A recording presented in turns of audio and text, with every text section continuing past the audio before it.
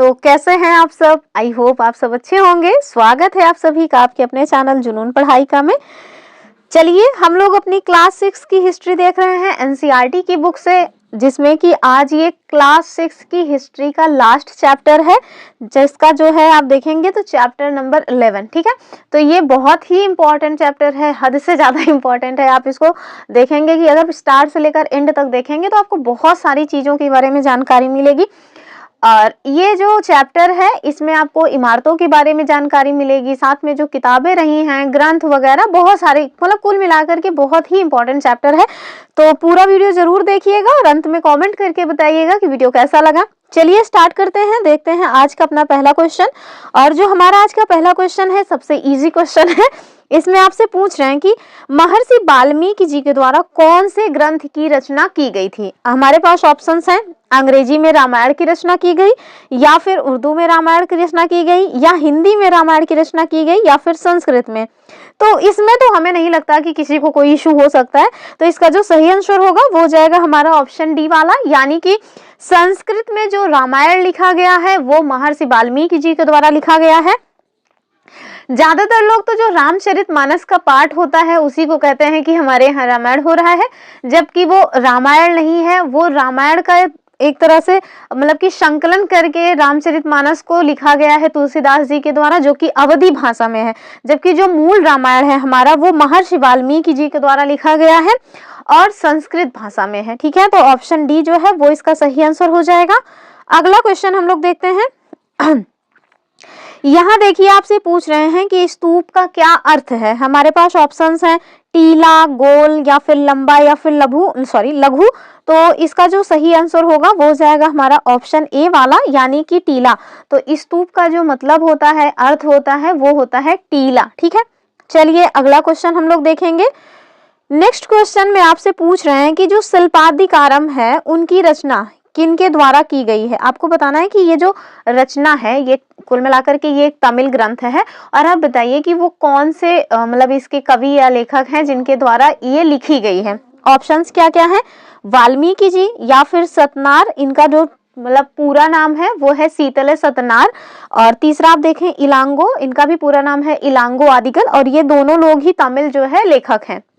और आर्यभट्ट, तो हमें समझ आ रहा है कि वाल्मीकि और आर्यभट्ट को लेकर के तो आप लोगों को कोई कंफ्यूजन हो ही नहीं सकता, क्योंकि ये लोग तो मतलब कि हमारे यहाँ संस्कृत में मतलब जो वाल्मीकि जी हैं उन्होंने संस्कृत में ग्रंथ लिखा है, और आर्यभट्ट जो है वो एक गणितज्ञ थे। तो इन दोनों का तो हो नहीं सकता। हमने बताया कि सतनार और इलांगो आदिगल ये जो है ये तमिल लेखक हैं, तो इन्हीं में कंफ्यूजन हो सकता। तो इसका जो सही आंसर हो जाएगा वो हो जाएगा हमारा ऑप्शन सी वाला, यानी इलांगो आदिगल, इनके द्वारा लिखा गया है शिल्पादिकारम। चलिए अगला क्वेश्चन हम लोग देखते हैं। और जो हमारा अगला क्वेश्चन है उसका जो पूछ रहे हैं आपसे, माना जाता है कि व्यास द्वारा संकलित किए गए थे कौन कौन से ग्रंथ हैं। और हाँ, इसमें आप देखिए कि जो हमने बताया कि इलांगो आदिगल के द्वारा शिल्पादिकारम लिखा गया है, इसके अलावा जो शीतले सतनार हैं उनकी कौन सी रचना है वो हमें आगे क्वेश्चन में मतलब मिलेगा, इसी वजह से यहाँ आपको नहीं बता रहे हैं। चलिए देखते हैं क्या बातचीत हो रही है इसमें। तो आपको बताना है कि जो हमारा मतलब वेद व्यास जी थे इनके द्वारा कौन कौन से ग्रंथ का संकलन किया गया है।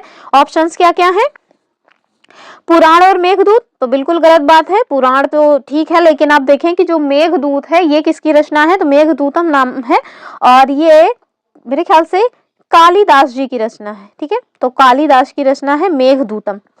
दूसरा कह रहे हैं कि रामायण, और ये क्या बकवास है। यहाँ देखिए पुराण और रामायण, तो हमने देखा कि रामायण अभी ऊपर ही देख के आ रहे हैं कि जो हमारे वेद व्यास जी रहे हैं, वेद व्यास नहीं जी, वाल्मीकि जी, रामायण जो है वो किनकी रचना है, तो वाल्मीकि जी की रचना है रामायण। ठीक है, तो जो महाभारत है ना वो रचना है वेद व्यास जी की। ठीक है, वेद व्यास जी की रचना है महाभारत और पुराण। ठीक है, तो ऑप्शन डी जो है वो सही हो जाएगा इसका सही आंसर। चलिए एक बार फिर से बता देते हैं। आप देखिए कि वेद व्यास जी के द्वारा तो पुराण और महाभारत का संकलन किया गया। ठीक है, तो ये तो इसका आंसर तो ये हो गया। मेघदूतम जो है वो किनकी रचना है, तो जो कालिदास हैं उनकी रचना है, और कालिदास के बारे में इसके पहले वाली वीडियो में हम लोगों ने बहुत डिटेल में देखा था। रामायण भी हमने ऊपर देखा कि वाल्मीकि जी की रचना है, महर्षि वाल्मीकि जी के द्वारा संस्कृत में रामायण की रचना की गई थी। तो और पुराण और महाभारत हमने देख लिया कि वेद व्यास जी के द्वारा संकलित किए गए हैं। अगला क्वेश्चन देखिए, और ये क्वेश्चन एक बार एमटीएस के एग्जाम में पूछा गया था। यहाँ आपसे पूछा जा रहा है कि कौशल की राजधानी कौन सी थी। हमारे पास ऑप्शंस क्या क्या हैं, हस्तिनापुर, अयोध्या, कमल या फिर दिल्ली। तो कमल तो ऐसे भी नहीं होगा, तो जो सही आंसर हो जाएगा वो हो जाएगा ऑप्शन बी वाला, यानी कि अयोध्या। ठीक है, तो ये एक बार एसएससी एमटीएस का जो एग्जाम होता है उसमें ये क्वेश्चन पूछा गया था, कौशल की राजधानी। ठीक है, और एक बार पुलिस के एग्जाम में भी पूछा गया है। चलिए अब थोड़ा लेंथी क्वेश्चंस देख लेते हैं। एक मतलब छोटा छोटा क्वेश्चन हमने कई सारे देख लिया, हम थोड़ा लेंथी क्वेश्चन देखेंगे। यहाँ आपसे अजंता की जो गुफा है उसमें जो चित्रकारी की गई है उससे रिलेटेड क्वेश्चन पूछा जा रहा है। कह रहे हैं कि अजंता की गुफाओं की चित्रकारी का भारतीय कला पर क्या प्रभाव पड़ा, आपको यही बताना है। और हमारे पास कई सारे ऑप्शंस हैं, और देखिए क्या पूछ रहे हैं। पहला ऑप्शन देखिए, कह रहे हैं कि अजंता की गुफाओं की चित्रकारी का भारतीय कला पर कोई प्रभाव नहीं पड़ा। तो सबसे गलत बात तो यही है, ऐसा तो हो ही नहीं सकता कि मतलब कि भारत देश में कोई कला मतलब कोई कला हो रही है और उसका कोई प्रभाव पड़े ही ना, तो ये तो इम्पॉसिबल है ना, तो ये तो पहला ही गलत है। दूसरा कह रहे हैं कि अजंता की गुफाओं की चित्रकारी ने भारतीय कला में धार्मिक विषयों को बढ़ावा दिया। अच्छा, तीसरा कह रहे हैं कि अजंता की गुफाओं की चित्रकारी ने भारतीय कला में ज्यामितीय आकृतियों को लोकप्रिय बनाया। और चौथा कह रहे हैं कि अजंता की गुफाओं की चित्रकारी ने भारतीय कला में पशुओं को चित्रित करने की परंपरा को शुरू किया। तो पशुओं को चित्रित करने की परंपरा अभी की नहीं, जो मतलब मध्य पाषाण काल में या पाषाण काल, पूरा पाषाण काल, जो उस टाइम पे भी चित्रकारी मिली है ना, उसी टाइम पे ये सब आप देखेंगे कि पशुओं की चित्रकारी हो रही थी। तो ये तो बिल्कुल नहीं होगा। इसमें हो क्या जाएगा कि भारतीय कला में धार्मिक विषयों को बढ़ावा दिया, यही ठीक है। ठीक है, ऑप्शन जो बी वाला है ना, वो देखिए इसका सही आंसर हो जाएगा कि अजंता की गुफाओं में जो चित्रकारी की गई है उसने भारतीय कला में धार्मिक जो विषय है उसको बढ़ावा दिया। ऑप्शन बी इसका सही आंसर हो जाएगा। अगला क्वेश्चन देखिए, और जो हमारा अगला क्वेश्चन है वो आपसे पूछ रहा है, प्राचीन भारत में पुस्तकों को लिखने और संरक्षित करने के लिए किन सामग्रियों का उपयोग किया जाता था। हमारे पास ऑप्शंस क्या हैं, कह रहे हैं केवल कागज का, फिर कह रहे हैं केवल ताड़ के पत्रों का, और कह रहे हैं केवल चर्म पत्र का, या फिर ऑप्शन डी है कि भोजपत्र, ताड़ के पत्र तथा चर्मपत्र, इन सभी का। तो आपको समझ आ रहा होगा कि जब ये सारी चीजें एक साथ दे दी गई हैं तो ऑप्शन इसका यही सही होगा, यानी कि ऑप्शन डी जो है वो एकदम सही है कि भोजपत्र का भी उपयोग किया जाता था, ताड़ के पत्रों का भी यूज किया जाता था, और चर्म पत्र का भी, यानी कि जानवरों की खाल पे भी लिखा आपको मिल जाएगा, जैसे वूट वगैरह की खाल पे भी उस टाइम पे चीजों को लिखा जाता था।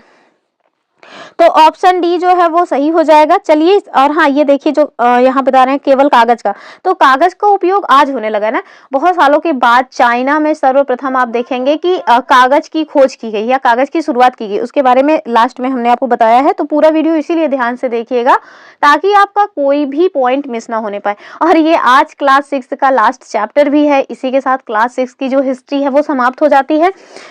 आई होप आप लोगों ने पूरा एंजॉय किया होगा, अगर स्टार्ट से लेकर एंड तक देखा होगा तो कुछ भी हमने छोड़ा नहीं है। जो भी चैप्टर में मेन पॉइंट्स रहे सब के क्वेश्चंस बनाए हैं, और जो क्वेश्चंस नहीं बनाए हैं उनको मैंने बुलेट फॉर्म में या फिर वैसे डायरेक्ट जो है स्क्रीनशॉट लगा के बता दिया ताकि कुछ भी ना छूटे। अन्य लोग जो कराते हैं वो कुछ मोस्ट इंपॉर्टेंट क्वेश्चंस टाइप का करा देते हैं, और वो मोस्ट इंपॉर्टेंट उनकी नजर में होता है, जरूरी नहीं कि आयोग की नजर में भी वो मोस्ट इंपॉर्टेंट हो ही। चलिए फिलहाल के लिए आगे देखते हैं। कह रहे हैं कि प्राचीन भारत में पुस्तकें लिखने और संरक्षित करने के लिए जो प्रयुक्त सामग्रियां हैं उनके बारे में यहाँ देखिए बताया गया है। प्राचीन भारत में पुस्तकें लिखने और संरक्षित करने के लिए हम लोग विभिन्न प्रकार की सामग्रियों का उपयोग किया करते थे। हमारे पूर्वज करते थे, हम लोग कौन सा उस टाइम पे थे। यहाँ देखिए कुछ प्रमुख सामग्रियों में बताया गया है ताड़पत्र। तो जो ताड़पत्र है उसमें देखिए कि ताड़ जो है उसके पेड़ की पत्तियों को सुखा करके फिर उसको चिकना किया जाता था और उन पर लेखन किया जाता था। ये पत्तियां जो है वो हल्की होती थी, साथ में टिकाऊ होती थी और इन्हें आसानी से मोड़ा जा सकता था। यही कारण है कि इसमें लिखावट की जाती थी। फिर देखिए भोजपत्र, और ये जो भोजपत्र है उसको कैसे यूज करते थे, तो भोजपत्र वृक्ष की जो छाल है उससे बनाया जाता था। इससे पहले धूप में सुखाते थे, फिर उसको चिकना किया जाता था और फिर उस पे लिखाई की जाती थी। जो भोजपत्र है वो ताड़पत्र की तुलना में ज्यादा टिकाऊ होता था, यानी कि ताड़पत्र जो है ना वो भोजपत्र की तुलना में कम टिकाऊ होता था। तो याद रखिएगा कि जो भोजपत्र है वो ज्यादा टिकाऊ होता था। आगे देखिए, ये तो हमने देखा। इसके अलावा भी हम लोग शिला और धातुओं पर भी लिख दिया करते थे। जैसे आप लोगों ने पढ़ा ना, अशोक के जो स्तंभ लेख वगैरह मिले हैं और उनके द्वारा कई सारे अभिलेख लिखवाए गए हैं, शिलालेख मिले हैं, ये सब हम प्रीवियस वीडियो में ऑलरेडी करते हुए आ रहे हैं। तो वो यहाँ पे बताया जा रहा है कि महत्वपूर्ण लेखों को पत्थरों या धातु की प्लेटों पर उत्कीर्ण करवाया जाता था और ये लेख अभी तक सुरक्षित रहते हैं। अभी भी सुरक्षित आपको देखने को मिल जाएंगे, यानी कि ज्यादा टाइम तक ये वैसे के वैसे सुरक्षित रह जाते हैं और इन्हें सार्वजनिक स्थानों पर लगाया जाता था। ठीक है, आगे देखिए, लकड़ी का भी उपयोग किया जाता था। जैसे कुछ मामलों में लकड़ी की जो पट्टियां होती हैं उन पर भी लेखन किया जाता था और इन सामग्रियों को उपयोग करने के पीछे कुछ कारण रहे होंगे। अगर हम लोग उसको यूज कर रहे हैं, हमारे पूर्वज इसको यूज कर रहे हैं, तो उसके पीछे जरूर कोई ना कोई कारण उन लोगों ने अपना खोजा रहा होगा। तो देख लीजिए क्या कारण है। सबसे पहले तो ये आसानी से उपलब्ध हो जाया करती थी और दूसरा ये काफी टाइम तक फिर रह जाती थी, यानी कि टिकाऊ थी, हल्की भी होती थी। जैसे हमने आपको बता ही दिया कि ताड़पत्र और भोजपत्र ये दोनों हल्के हुआ करते थे और इन्हें आसानी से एक जगह से दूसरी जगह पर ले भी जाया जा सकता था।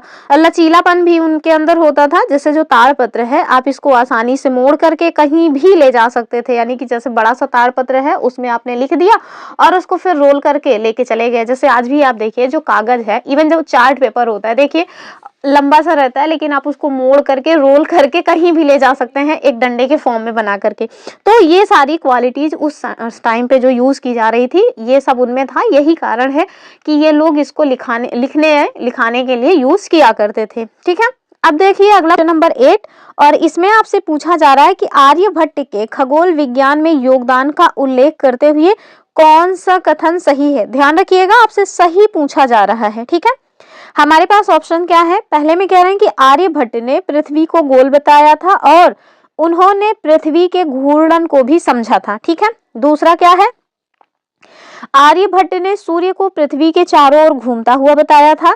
तीसरा कह रहे हैं कि आर्यभट्ट ने चंद्रमा के बारे में कोई जानकारी नहीं दी थी। जबकि चौथा कह रहे हैं कि आर्यभट्ट ने केवल ग्रहों की गति का अध्ययन किया था।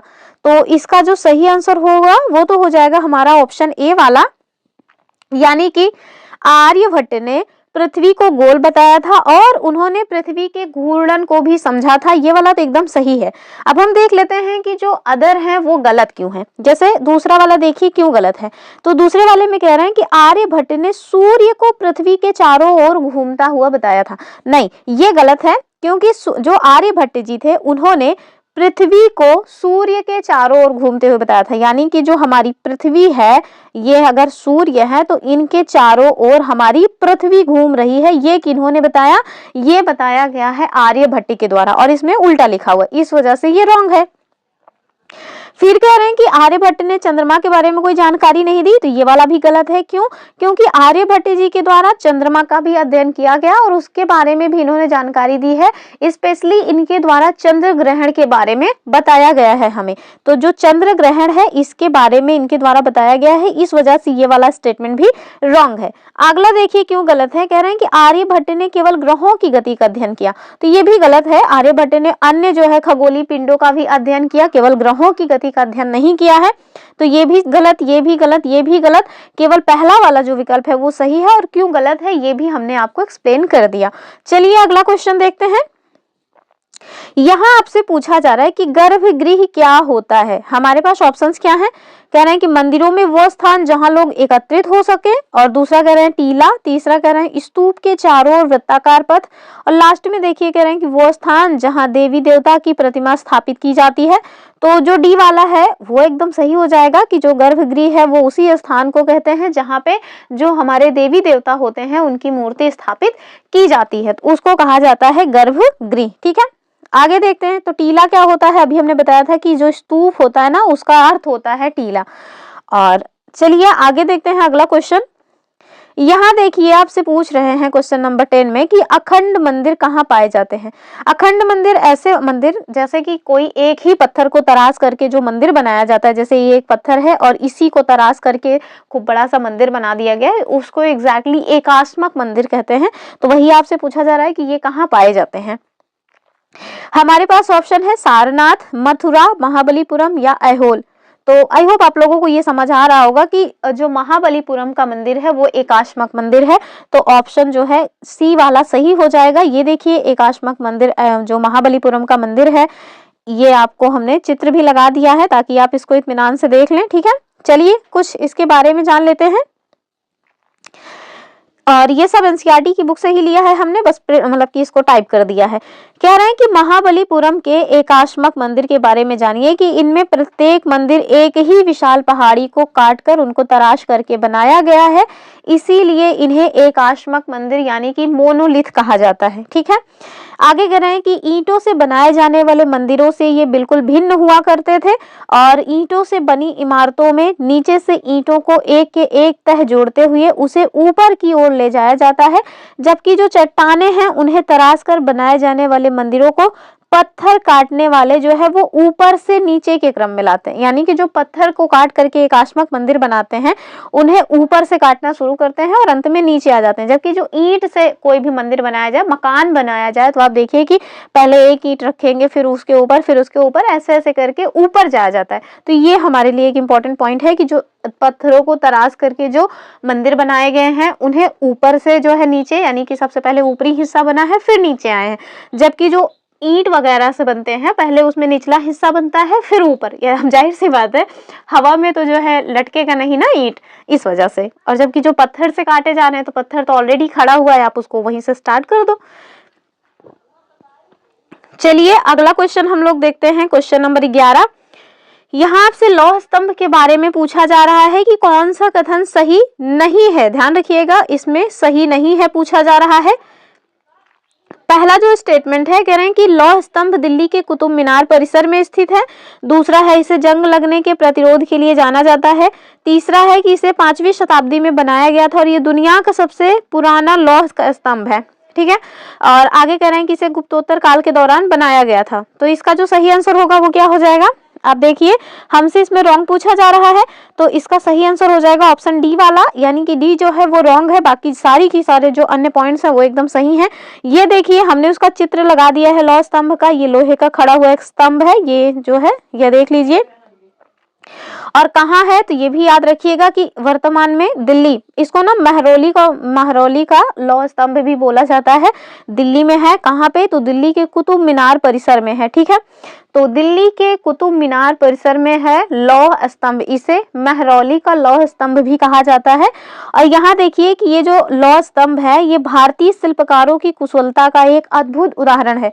यहाँ देख लीजिए जो इसकी ऊंचाई है वो कितनी है, 7.2 मीटर, और इसका जो वजन है वो 3 टन का है। तो ऐसे कोई हल्का फुल्का नहीं है काफी वजनी है, 3 टन इसका वजन है। यहाँ देखिए बता रहे हैं कि इसका जो निर्माण है वो लगभग आज से 1500 साल पहले हुआ था, यानी कि 5वीं सदी में हुआ था। ठीक है, 5वीं सदी में हुआ था। इसके बनने के समय की जानकारी हमें इस पर खुदे हुए अभिलेख से मिलती है, जिसमें ईसवे चंद्र नाम के एक शासक का जिक्र मिलता है जो संभवतः गुप्त वंश से संबंधित है। और आश्चर्य की बात है कि इतने वर्षों के बाद भी इसमें जंग नहीं लगा है। तो सारे पॉइंट्स याद रखिएगा। अभी एक बात याद रखिएगा, ऐसा नहीं है कि मतलब ये गुप्त वंश में बना या गुप्तोत्तर वंश में। आप देखेंगे कि कुछ जो शासक हैं वो ये भी मानते हैं कि ये 4वीं सदी में बना, मतलब शासक नहीं मानते, जो इतिहास वेत्ता हैं उन लोगों का मानना है कि ये, कुछ लोग कहते हैं ये 4वीं सदी में बना, कुछ लोग कहते हैं 5वीं सदी में बना, इवन कुछ लोग ये तक कह देते हैं कि ये 9वीं सदी में बना है। लेकिन हमारे लिए जो इम्पोर्टेंट वही उतना है जो एनसीईआरटी में दिया है, क्योंकि एनसीईआरटी ही जो है सबसे अच्छी किताब है। सबसे, अगर आप कोई भी एग्जाम देते हैं उसमें क्वेश्चन फंसता है और आप सोचते हैं कि उस पर हम चल के जो है कहेंगे कि ये क्वेश्चन रॉन्ग है, चैलेंज करेंगे, तो फिर आप एनसीईआरटी की बुक को ही प्रेफर करेंगे। तो इस वजह से जो एनसीईआरटी में दिया है हम लोग वही मानेंगे। और ये भी जो है माना जाता है कि मतलब कि मौर्य वंश के शासकों ने बनवाया, कहीं कहीं आपको मिलेगा कि गुप्त वंश के शासकों ने बनवाया। तो इन सब विवादों से बचने के लिए आप बस याद रखिएगा कि यहाँ जो दिया गया है, यानी कि संभवतः ये माना जाता है कि गुप्त वंश के शासकों के द्वारा बनवाया गया है, तो हम लोग इसी को मानेंगे। ठीक है, चलिए अगला क्वेश्चन हम लोग देख लेते हैं, अजंता की गुफाओं के बारे में। यहाँ आपसे पूछा जा रहा है कि अजंता की गुफाओं के बारे में कौन सा कथन सही है। ध्यान रखिएगा, हमसे सही है पूछा जा रहा है। पहला क्या है कि अजंता की गुफाएं महाराष्ट्र में स्थित हैं, तो सही बात है, महाराष्ट्र में ही है। दूसरा कह रहे हैं इन्हें बौद्ध भिक्षुओं द्वारा बनाया गया था। हाँ, बौद्ध भिक्षु पूरी तरह से बौद्ध भिक्षुओं ने बनाया ऐसा नहीं है, लेकिन हाँ बौद्ध भिक्षुओं के द्वारा भी बनवाया गया था। कह रहे हैं इनकी दीवारों पे बौद्ध धर्म से संबंधित चित्रकारी की गई है, तो ये बात भी सही है। यानी कि इसका जो सही आंसर हो जाएगा वो ऑप्शन डी हो जाएगा, यानी सारे के सारे स्टेटमेंट आपको एकदम सही इसमें मिल जाएंगे। ठीक है, चलिए अगला क्वेश्चन देखते हैं। यहाँ आपको बता दिया गया है ये अजंता की चित्रकारी। यहाँ देखिए ये जो चित्र आपको मिले हुए हैं ये अजंता का है और कितना सुंदर है, आप इसको देखिए। यहाँ देखिए कह रहे हैं कि आप जाके मानचित्र में अजंता को ढूंढिएगा, तो मानचित्र में जाके ढूंढ लीजिएगा, कुछ तो आपको खुद भी करना चाहिए। यहाँ देखिए कह रहे हैं कि ये जो अजंता है ना, यह वही जगह है जहाँ के पहाड़ों में सैकड़ों सालों के दौरान कई गुफाएं खोदी गई थी। इनमें से जो ज्यादातर बौद्ध भिक्षुओं के लिए बनाए गए विहार थे। ठीक है, तो ज्यादातर जो मतलब की गुफाएं थी वो बौद्ध भिक्षुओं के लिए विहार थे। याद रखिएगा कि विहार क्या होता है, तो बौद्ध भिक्षु जहाँ पे निवास करते हैं उनका जो निवास स्थान होता है उसे विहार कहा जाता है। आगे फिर देखिए इनमें से कुछ चित्रों को, कुछ को जो है वो चित्रों के द्वारा सजाया गया था और यहाँ इनके अनेक उदाहरण आपको मिल जाएंगे। गुफाओं के अंदर अंधेरा होने की वजह से जो अधिकांश चित्र हैं वो मसालों की रोशनी में बनाए गए थे। तो मशाल क्या होता है, वही आग जो है कपड़ा लपेट करके आग उसमें जला दिया जाता था, तो वो मशाल कहलाती थी। इन चित्रों के जो रंग हैं मतलब ये आज से 1500 साल पहले बनाए गए थे, उसके बावजूद भी आप देखिए कि अभी भी चमकदार हैं। यहाँ घर पेंट कराओ आप, 10-20 साल में ही पता चला पेंट उसका हट गया, दोबारा से पेंट कराओ। तो इवन मैंने तो देखा है आस पड़ोस में कुछ लोगों का घर पेंट है, तो कुछ लोगों का क्या, सबका पेंट है, बस मेरा ही नहीं है। तो उसमें आप देखिए कि हर 2-3 साल में ही उनको पेंट कराने की आवश्यकता पड़ जाती है। तो और ये जो चित्रकारी की गई है इनके कलर देखिए, आज से 1500 साल पहले जो चित्रकारी की गई थी वो भी वैसे के वैसे चमकदार बने हुए हैं। आगे कह रहे हैं कि ये रंग पौधों तथा खनिजों से बनाए गए थे और इन महान कृतियों को बनाने वाले जो कलाकार हैं वो अज्ञात हैं। ठीक है, चलिए अगला क्वेश्चन देख लेते हैं। जो हमारा अगला क्वेश्चन है वो आपसे पूछ रहे हैं, क्वेश्चन नंबर 13, कि पुस्तकों को इतिहास के स्रोत के रूप में क्यों माना जाता है। हमारे पास ऑप्शन है, वे हमें अतीत के लोगों के विचार और विश्वास के बारे में बताती हैं। तो सही बात है, हमें अतीत के लोगों के जो विचार और विश्वास थे वो कैसे थे, किसके प्रति थे, ये सारी जानकारी हमें इतिहास की पुस्तकों से मिल जाती है। दूसरा कह रहे हैं वे हमें अतीत की घटनाओं के बारे में विस्तृत जानकारी देती हैं, तो हाँ देती ही हैं। फिर कह रहे हैं वे हमें अतीत की संस्कृति और समाज के बारे में जानकारी देती हैं, तो ये भी सही है, यानी कि ऑप्शन जो है डी वाला वो ठीक है, यानी कि सब के सब स्टेटमेंट सही हैं। और इस तरह के क्वेश्चंस आपको ना खोजने पर भी नहीं मिलेंगे यूट्यूब पर, स्पेशली जो लोग टीचिंग एग्जाम्स की तैयारी करा रहे हैं उनके लिए तो ये मतलब इस टाइप के क्वेश्चंस करवाते नहीं, सब वही वन लाइनर टाइप के क्वेश्चंस करवाते हैं। तुरंत पढ़ो, तुरंत जो है मतलब क्वेश्चन पढ़ो, तुरंत 1 सेकंड के अंदर उसका उत्तर देखो और उसी को घंटे भर एक्सप्लेन करते रहो। चलिए फिलहाल के लिए हम लोग अपना क्वेश्चन नंबर 14 देखेंगे। और ऐसी वीडियो मतलब ऐसे क्वेश्चंस कराए जा रहे हैं जो मतलब 10 मिनट की वीडियो जो है बननी चाहिए और उसको 1 घंटे में करवाया जाता है, और बच्चे बहुत चाव से उसको देखते भी हैं। मुझे नहीं पता कि क्यों इतना टाइम उधर लॉस करते हैं। अगर उधर टाइम बचा करके खुद से एक बार स्टडी कर लेना तो ज्यादा अच्छी से प्रिपरेशन हो सकती है। चलिए देखते हैं अगला क्वेश्चन। इमारतें हमें अतीत के बारे में क्या बताती हैं, हमको ये जानना है। हमारे पास पहला ऑप्शन है, इमारतें हमें अतीत की तकनीक, कला और शिल्प के बारे में बताती हैं। दूसरा कह रहे हैं इमारतें हमें अतीत के लोगों के जीवन स्तर और सामाजिक संगठन के बारे में बताती हैं। तीसरा कह रहे हैं इमारतें हमें अतीत के लोगों के धर्म और विश्वासों के बारे में बताती हैं। चौथा कह रहे हैं उपरोक्त सभी। तो जो सही आंसर है भैया वो हो जाएगा ऑप्शन डी वाला, यानी कि जो इमारतें हैं वो हमें अतीत के बारे में ये सारी जानकारी देती हैं कि उस टाइम की तकनीक कैसी थी, कला और शिल्प का विकास क्या था, किस स्तर पे था, ये हमें इमारतों में जो भी संरचनाएं की गई हैं उनसे पता चल जाता है। साथ में उस टाइम के लोगों के जीवन स्तर, सामाजिक संगठन आदि कैसे थे वो भी हमें पता चल जाता है। ठीक है, और साथ में अतीत के लोगों का धर्म और विश्वास जो है वो कैसा था, किस के प्रति था, ये भी पता चलता है। जैसे आप देखेंगे कि जो हड़प्पा सभ्यता है, सॉरी जो सिंधु घाटी सभ्यता है, हड़प्पा सभ्यता है, उसको कहा जाता है कि मातृसत्तात्मक थी। क्यों ऐसा माना जाता है? क्योंकि आप देखेंगे कि उसमें नारियों से संबंधित या ये कहें कि मातृ से संबंधित ज्यादा से ज्यादा जो चित्र हैं वो मिले हुए हैं, चित्र मिले हैं, या फिर जो मतलब जैसे एक चित्र आपको मिला है कि गर्भ से निकलता हुआ एक पौधा दिखाया गया है, तो इस वजह से ऐसा माना जाता है कि उस टाइम का जो समाज था वो मातृसत्तात्मक था। तो हमें इसी वजह से पता चल रहा है ना, यही कारण है कि हम लोग जो इमारतें वगैरह हैं, जो हमें मतलब कि मंदिर मस्जिद जिस टाइप की भी चीजें मिलती हैं, जो भी चित्रकारी मिलती है, वो सब हम ये मान लेते हैं कि उस टाइम पे इसकी तरफ लोगों का रुझान ज्यादा रहा होगा, इस वजह से ये सारी चीजें हमें मिल रही हैं। ठीक है, तो इसका जो उपरोक्त सभी है वो ठीक हो जाएगा। अगला क्वेश्चन हम लोग देखते हैं,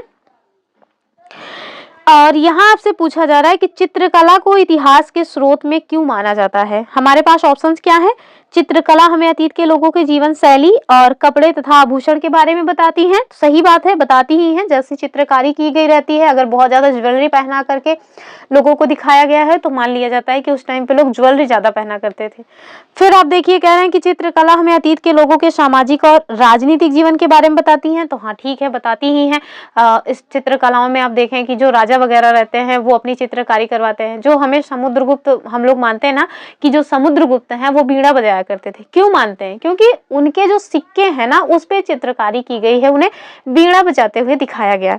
तीसरा कह रहे हैं कि चित्रकला हमें अतीत के लोगों के धार्मिक विश्वास और रीति रिवाज के बारे में बताती है। तो हाँ, बताती ही है। अभी हमने बताया कि जैसे हड़प्पा सभ्यता से हमें मतलब एक नारी या एक माता के गर्भ से निकलता हुआ पौधा दिखाया गया है। तो हम लोग ये मान रहे हैं ना कि उस टाइम पे लोग जो है उनको जो धार्मिक रुझान था वो किधर था, तो मातृ की तरफ था। ठीक है, तो ये सारी चीजें हमें चित्रकला से देखने को मिल जाती हैं। तो ऑप्शन डी इसका भी सही आंसर हो जाएगा। और हम लोग कहते हैं ना कि जो मतलब पाषाण काल में लोग थे, वो लोग क्या काम किया करते थे? पत्थरों से जो है चीजों को मारते थे, और मार करके वैसे ही उनको कच्चा खाते थे, भून के खाते थे, जैसे भी खाते थे। वो सब हम लोगों को जानकारी कहाँ से मिलती है? क्योंकि वहां पे ना, जहाँ पे जिन गुफाओं में वो लोग रह रहे थे, पत्थर की गुफाओं में, वहां पे उनके द्वारा चित्रकारी की गई है। आप देखेंगे कि एक चित्र मिला है जिसमें कई सारे लोग एक जानवर को जो है मतलब मारते हुए दिखा रहे हैं, मारते हुए दिखाया गया। तो ये सारी चीजें जो हमें मिलती हैं खुदाई से, तो हम लोग ऐसा मान लेते हैं कि उस टाइम का जो समाज था वो इसी तरह का रहा होगा। यानी कि वो लोग पशुओं की हत्या करते थे और फिर उनको आ करके गुफा में ला करके अपना कच्चा खाते थे। आग की खोज तो बहुत बाद में हुई है, तो पहले तो स्टार्टिंग में कच्चा ही खाते थे। तो ये सारी चीजें हमें यहाँ से देखने को मिल जाती है। तो यही कारण है कि हम लोग जो चित्रकला है इसको इतिहास के एक बहुत ही महत्वपूर्ण सोर्स के रूप में यूज करते हैं। ठीक है, ऑप्शन डी इसका सही आंसर हो जाएगा। अगला क्वेश्चन हम लोग देखेंगे, क्वेश्चन नंबर 16। यहाँ से कह रहे हैं कि 2 तमिल महाकाव्य कौन से हैं? तो अभी ऊपर हमने क्वेश्चन नहीं बताया था ना, यहाँ पे वो मिल जाएगा आपको। तो हमारे पास ऑप्शंस क्या क्या हैं? संगम और मणिमेखलई। ये दरअसल मणिमेखलई है, मणिमेखलई। ठीक है, मणिमेखलई। दूसरा कह रहे हैं शिल्पादिकारम और मणिमेखलई। और तीसरा कह रहे हैं संगम और मणिमेखलई। ये खा है दरअसल, इसमें थोड़ा गलत लिखा है। चौथा देखिए कि एक भी नहीं। तो इसका जो सही हो जाएगा वो क्या हो जाएगा? तो वो हो जाएगा हमारा ऑप्शन बी वाला ना। हाँ, ऑप्शन बी हो जाएगा, शिल्पादिकारम और मणिमेखलई। तो जो तमिल महाकाव्य हैं वो आपको 2 ही मिलेंगे, शिल्पादिकारम और मणिमेखलई। यहाँ आप देखिए कि जो शिल्पादिकारम है इसके बारे में बताया गया है, फिर नीचे आप देखिए मणिमेखलई के बारे में बताया गया। और ये कहानी भी बड़ी अच्छी है, आप इस कहानी को चाहें तो एनसीईआरटी की बुक में ही है, लेकिन छोटी सी है। अभी हम वैसे भी थोड़ी बहुत जो कहानी हमको याद है वो बता देंगे आपको। तो यहाँ देखिए सॉरी, करीब आज से 1800 साल पहले एक प्रसिद्ध तमिल महाकाव्य जिसका नाम है शिल्पादिकारम, इसकी रचना की गई थी। और किनके द्वारा की गई थी? तो वो थे इलांगो आदिगल। ठीक है, ऊपर हमने यही वाला क्वेश्चन करवाया था।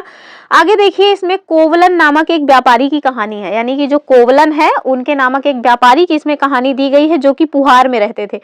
हमने इसके पहले वाले वीडियोस में बताया है कि पुहार और कावेरी पट्टनम वो किनकी जो है वो बंदरगाह शहर थे। आप मुझे कमेंट करके बताइएगा कि जो पुहार है वो किनका बंदरगाह था। ठीक है, यहाँ देखिए सॉरी, जो मतलब वो क्या नाम है, कोवलन जो है ये अपनी पत्नी, जिनकी पत्नी का नाम था कनगी। ठीक है, तो ये अपनी पत्नी जो है कनगी, जो कि इनकी पत्नी थी, इनको पुहार में छोड़ करके कहाँ चले जाते हैं? मदुरै चले जाते हैं। बताया था ना कि पांड्य राज्य की जो है राजधानी थी मदुरै। तो ये अपनी पत्नी कनगी को छोड़ करके कहाँ चले जाते हैं? मदुरै चले जाते हैं। वहां पे पांड्य राजा के दरबारी जो जौहरी है, इन्होंने कोवलन पर चोरी का झूठा आरोप लगाया था। दरअसल जो वहां के शासक रहते हैं, जो वहाँ के राजा रहते हैं मदुरै के, उनकी जो महारानी रहती हैं, उनके एक पैर की जो पायल है वो खो गई रहती है। ठीक है, और जब उनके एक पैर की पायल खो गई रहती है तो सेम जो है पायल इनकी पत्नी कनगी के पास रहती है। वो जब इनके पति जो हैं, यानी कि जो कोवलन है, जब इनकी पत्नी कुछ अच्छे स्टार्टिंग से बताते हैं। देखिए, हुआ ये था कि ये जो कोवलन है और ये कनगी, ये दोनों पति पत्नी रहते हैं। लेकिन आप देखिए कि जो कोवलन है उनको अपनी पत्नी से प्रेम नहीं था, जैसे कि आजकल एकदम नॉर्मल ही है। वो एक नर्तकी के साथ प्रेम में पड़े हुए थे। तो जब ये उस नर्तकी के साथ प्रेम में थे, होता क्या है, इनके पास जितना धन दौलत सब कुछ था वो उस नर्तकी के ऊपर लुटा देते हैं, धीरे धीरे एकदम गरीब हो जाते हैं। तो आप देखेंगे जब इंसान के पास कुछ नहीं रह जाता तो उसको अपनी पत्नी की याद आती है। तो सेम वही इनके साथ भी हुआ। तो जब ये अपनी पत्नी के पास आए, जब एकदम भिखारी बन करके कुछ रह नहीं गया, तो पत्नियां होती ही हैं थोड़ा साफ हृदय की, मतलब सॉफ्ट सी, चलो ठीक है, पति है जैसा भी है, मेरा पति मेरा देवता है टाइप का। तो ये अपना जो मतलब इनके पैर में जो पायल रहती है, 2 पायल सभी महिलाएं पहनती हैं, तो उसमें से एक पायल ये इनको दे देती हैं कि जाइए इसको बेच करके पैसा वगैरह इकट्ठा कीजिए और कोई व्यापार करिए, व्यापार करेंगे तो धीरे धीरे सब कुछ ठीक हो जाएगा, फिर हम लोग सुख चैन से रहने लगेंगे। लेकिन ये बेचारे जब अपनी पत्नी कनगी को पुहार में छोड़ करके वहां मदुरै जाने लगते हैं, तो इनके पास जो पायल रहती है वो तो रहती ही है, लेकिन उसी टाइम पे एक दुर्घटना होती है कि जो मदुरै की महारानी थी, उनकी जो पायल रहती है वो खो जाती है। जब वो पायल खो गई तो जौहरी ने केवल उस टाइप की पायल केवल 2 ही बनाई थी, लेकिन उन्हें थोड़ी ना बताया था कि मैंने 2 पीस बनाई है, किसी और को भी बेची है। तो जब महारानी थी तो भाई उनके पायल की खोज होने लगी। जब उनके पायल की खोज होते होते ये दिख गए इनके पास वो पायल। जब ये इनके पास वो पायल दिख गई तो इनको ले जाया गया मदुरै के दरबार में। जब वहां ले जाए गए तो फिर इनको चोरी के आरोप में सजा सुनाई गई, और सजा में भी कोई ऐसी तैसी सजा नहीं सुनाई गई, डायरेक्ट मृत्युदंड दिया गया। तो जब ये निपट गए मृत्युदंड मिल गया तो ये निपट गए। बाद में फिर जो है वो बेचारी कनगी को जब जैसे तैसे पता चलता है तो वो आती है मदुरै में, खोजते खोजते सब इनको पता चलता है कि ये तो निपट ही गए हैं। तो वो बताती हैं कि ये पायल तो मेरी थी। तो अब आप कितना भी अफसोस कर लो, किसी को अगर आपने निपटा दिया है तो उसको जीवित तो कर नहीं सकते। तो जो कनगी रहती हैं वो श्राप दे देती हैं मदुरै को, और उन्होंने एकदम क्रोध में, बहुत अच्छे से लिखा हुआ है कि उन्होंने एकदम अपनी क्रोध में जो आंखें हैं वो लाल लाल आंखों से उसकी तरफ देखा मदुरै शहर को, और मदुरै शहर जो है वो जल करके राख हो गया। तो ये कहानी है भैया कनगी और कोवलन की। तो यही यहाँ पे दिखाया गया है। इससे फिर उसके ये देखिए मदुरा जो शहर है वो विनाश कर डाला। इसी एग्जैक्टली यही कहानी थी, मैंने आपको कहानी ही सुना दी। तो इस कहानी में यानी जो शिल्पादिकारम है जो कि इलांगो वादिगल के द्वारा लिखा गया है, जिसमें कनगी और उनके पति कोवलन की कहानी है वो इसमें बताई गई है। फिर आप देखिए कि जो कोवलन है इनका जिस नर्तकी के साथ प्रेम संबंध था उससे भी एक पुत्री होती है, ठीक है, जिसका नाम रहता है, मेरे ख्याल से माधवी रहती है ना, नहीं माधवी की बेटी, यानी कि जिनके साथ इस कोवलन का प्रेम था ना उसका नाम था माधवी। फिर आगे चल के उनकी एक बेटी होती है, तो उससे संबंधित जो कहानी लिखी गई है उस कहानी का नाम है मणिमेखलई, ठीक है। तो वो जो कहानी है उसका नाम है मणिमेखलई। और वो मणिमेखलई कब लिखी गई है, तो आज से करीब 1400 साल पहले। और किसके द्वारा लिखी गई है, तो शीतलय सतनार के द्वारा लिखी गई है, ये याद रखिएगा। और ठीक है, ये सब हो गया, इसमें यही इंपॉर्टेंट था। और वो कहानी कई मतलब बहुत सारे लोगों ने ये कहानी बताई हुई है।